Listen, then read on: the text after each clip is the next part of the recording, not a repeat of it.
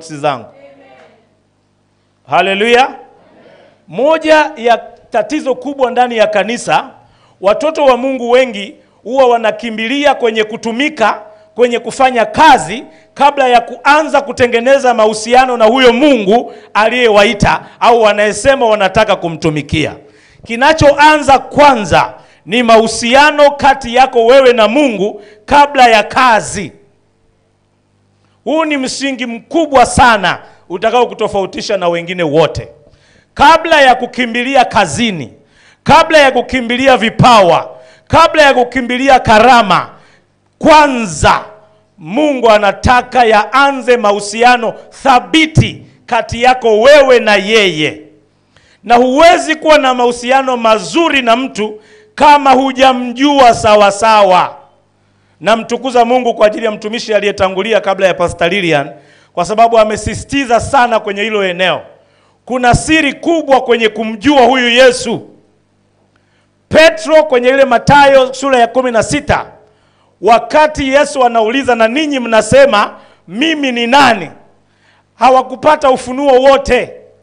Alipata ufunuo Petro peke yake.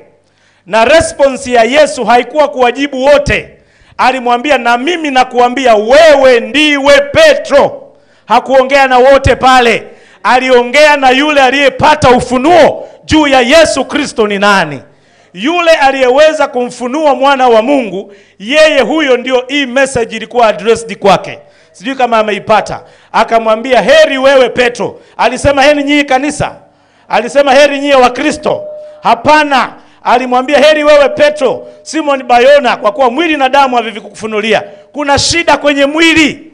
Ukitembea mwilini ukiwa mtu wa mwilini, huwezi kumfahamu Mungu. Huwezi kuwa na ufunuo wa Mungu utakao kuvusha kwenda hatua nyingine.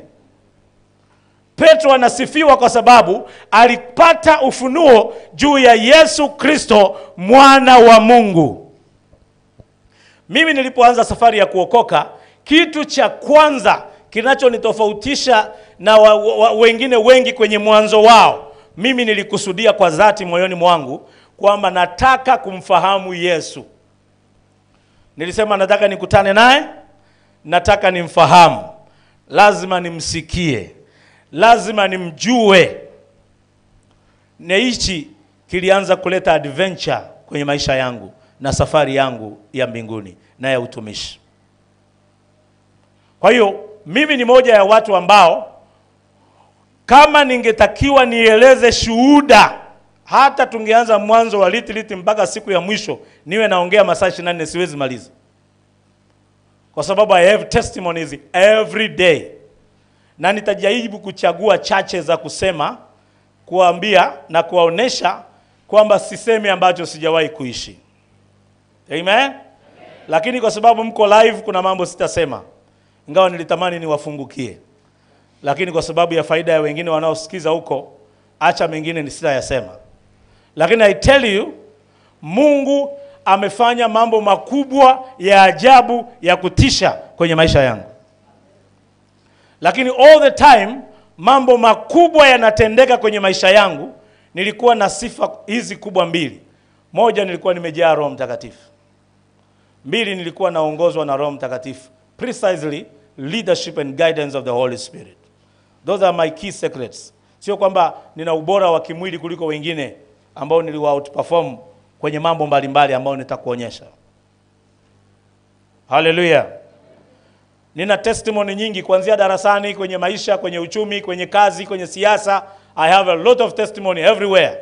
Na Roho Mtakatifu hajakusudiwa kuwaongoza watumishi kwenye kuhubiri tu. Roho Mtakatifu tunayeambiwa amepaswa kutuongoza, tumepaswa kuenenda katika yeye ni maisha yetu yote. In everything, kwenye kila kitu, kwenye kila tunachofanya. Roho Mtakatifu anaweza kukuongoza hadi kwenye ndoa. Hallelujah. Moja ya mtu maalumu sana tumepewa wana wa Mungu anaitwa Roho Mtakatifu. Roho Mtakatifu ndiye nafsi ya thamani kuliko kitu kingine chochote ambacho wana wa Mungu tunacho kama mtaji, kama nyenzo na nguzo ya kutusaidia. Kwenye kitabu cha Mwanzo sura ya 1 mstari wa 1 hadi wa 3, tunamuona Roho Mtakatifu kama mtekelezaji wa ajenda kubwa ya Mungu, mtekelezaji wa uumbaji wa Mungu.